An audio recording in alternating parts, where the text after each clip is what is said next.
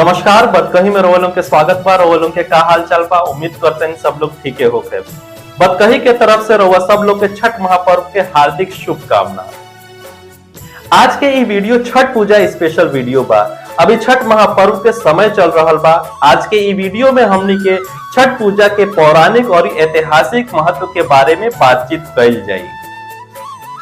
छठ पूजा के परंपरा कब से शुरू भइल और ये महापर्व कैसे मनावल जाला के बारे में डिटेल में चर्चा कइल जाई। तो चलिए लो बिना देर कइले वीडियो शुरू कइल जाओ।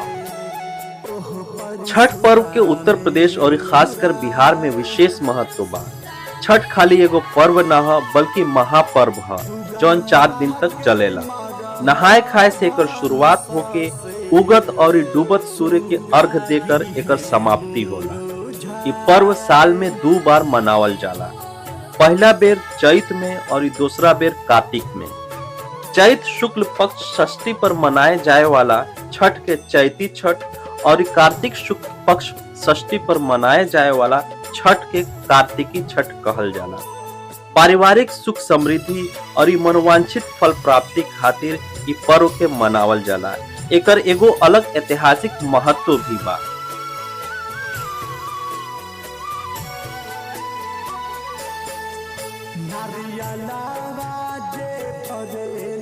छठ पूजा के परंपरा कैसे शुरू भइल इस संदर्भ में कई तरह के कथा प्रचलित बा। एगो मान्यता के अनुसार जब भगवान राम और सीता माता 14 साल के वनवास के बाद अयोध्या लौटल लोग, तब रावण वध के पाप से मुक्त होके के खातिर वो लोग ऋषि मुनि लोग के आदेश पर राज सूर्य यज्ञ करे के फैसला लिहल लोग। पूजा के खातिर मुग्दल ऋषि के आमंत्रित कइल गई। मुग्दल ऋषि माता सीता पर गंगा जल छिड़क के उनकरा के पवित्र कैले और कार्तिक मास के शुक्ल पक्ष के षष्ठी तिथि के सूर्य देव के उपासना करे के आदेश दिया। ऐसे सीता माता मुग्दल ऋषि के आश्रम में रह के 6 दिन ले सूर्य देवता के पूजा कैली और इस सप्तमी के सूर्योदय के समय फिर से अनुष्ठान करके सूर्य देव से आशीर्वाद प्राप्त कैली।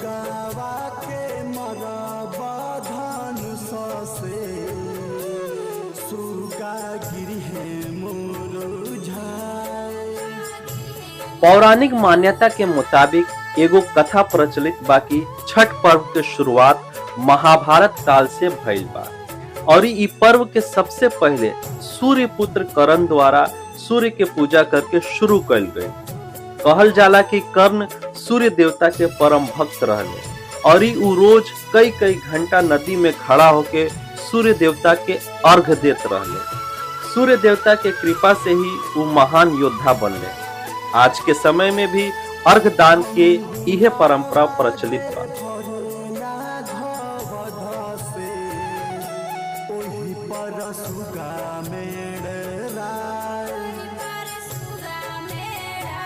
छठ पर्व के बारे में एगो औरी कथा बा। एगो किंवदंती के मुताबिक जब पांडव सारा राजपाट जुआ में हार गए लोग, तब द्रौपदी छठ के व्रत रखले रहली। ई व्रत से उनकर मनोकामना पूरा भइल और उनका लोग के सब कुछ वापस मिल गई। लोक परंपरा के अनुसार सूर्य देव और छठी मैया के संबंध भाई बहन के है। यही से छठ के मौका पर सूर्य देवता के आराधना फलदायी मानल गई बा।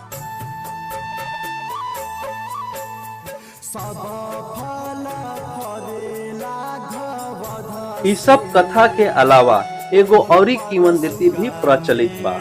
पुराण के अनुसार प्रियव्रत नाम के एगो राजा के कोनो संतान ना रहल।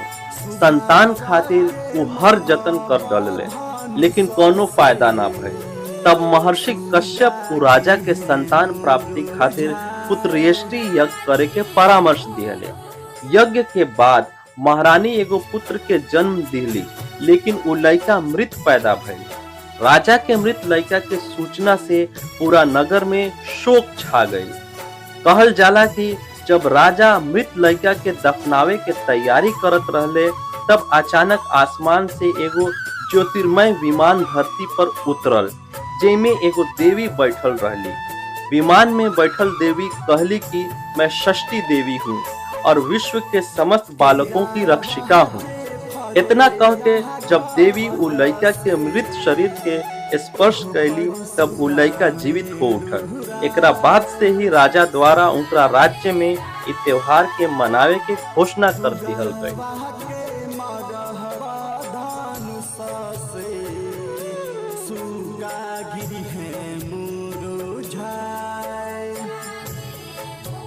धर्मशास्त्र के अनुसार 4 दिन तक चले वाला इ महापर्व के छठ पूजा, छठी माई पूजा, डाला छठ, सूर्य षष्ठी पूजा और छठ पर्व के नाम से भी जानल जाला।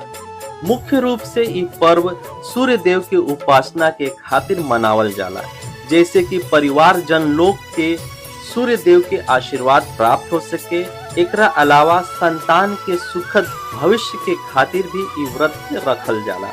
कहल जाला कि छठ पर्व के व्रत रखे से निसंतान लोग के भी संतान के प्राप्ति होला।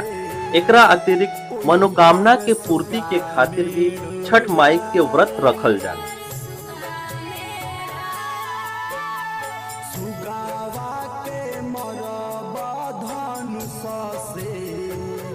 इ महापर्व 4 दिन के होला, जेमे नहाए खाए, खरना, संध्या अर्घ और उषा अर्घ के रूप में मनावल जाला।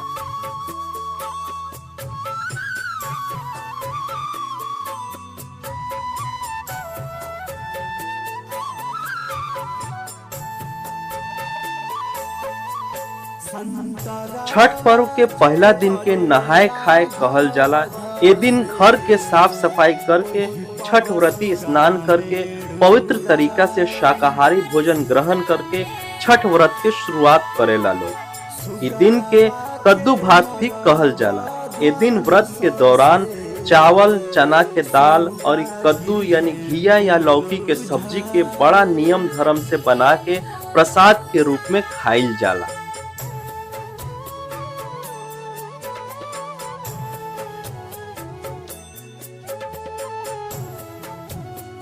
छठ पूजा के दोसरका दिन के खरना कहल जाला।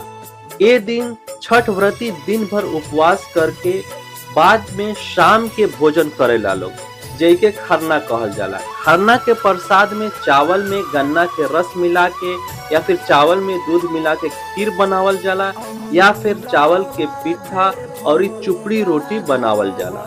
शाम के समय पूजा पाठ करे के बाद सबसे पहले छठ व्रती इ प्रसाद खाला लोग। ओकरा बाद घर के अन्य सदस्य लोग के प्रसाद के रूप में उ भोजन मिलेला।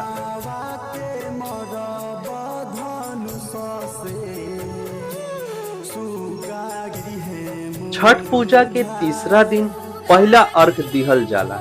ए दिन दिन भर घर में चहल पहल के माहौल रहेला। व्रत रखे वाला लोग दिन भर डलिया और सूप में अलग अलग प्रकार के फल, ठेकुआ, लड्डू, चीनी के साँचा इत्यादि सामान लेके शाम के टाइम कोनो तालाब, नहर, नदी इत्यादि पर जाके पानी में खड़ा होके सूर्य की पूजा करेला लोग और सूर्य देवता के अर्घ देला लोग। साथ ही परिवार के भी सब लोग अर्घ देला लोग और फिर शाम के सब लोग घर वापस आवेला लोग। रात में छठ माता के गीत इत्यादि गावल जाला।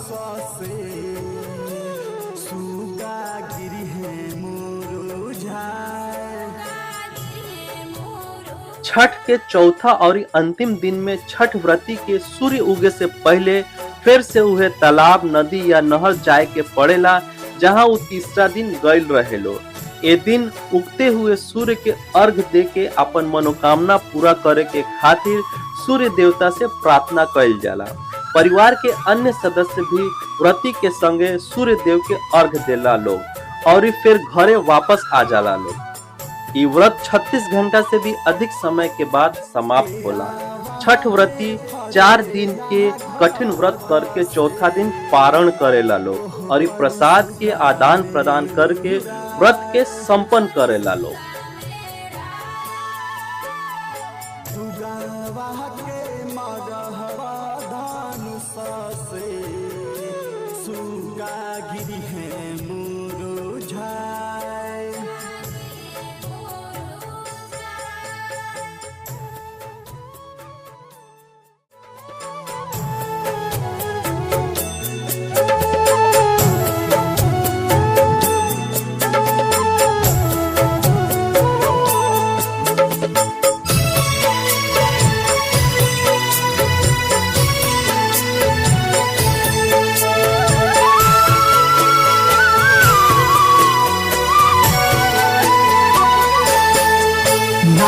जलावा जे परेला घवद से ओही पर सुगा मेरो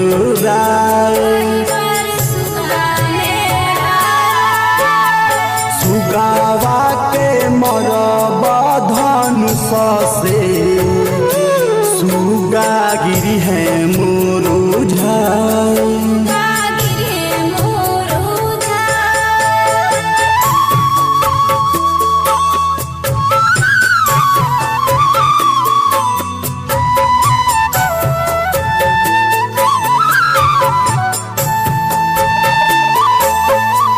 संतरावा जे परेला घवध से ओही पर सुगा मेरुरा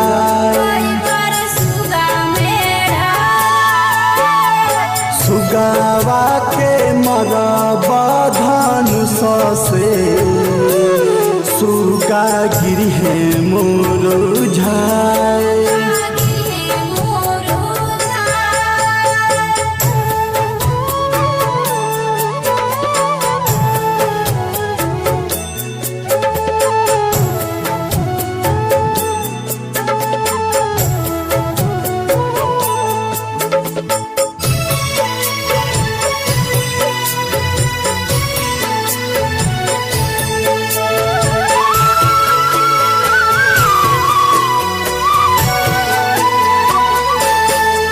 अंगुरावा जे भरेला घवध से ओही पर सुगा मेरा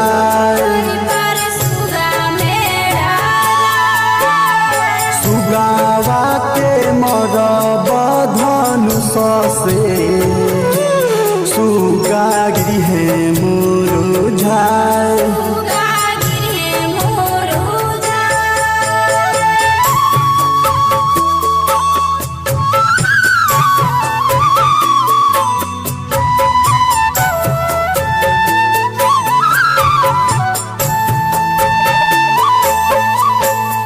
सब फल फरेला घवध से। आज के वीडियो में बस इतना ही। अगर रउआ लोग के वीडियो अच्छा लागल तो वीडियो के ज्यादा से ज्यादा लाइक करी लो, शेयर करी लो, कमेंट करी लो और ये हमारे चैनल बतकही के सब्सक्राइब करी लो।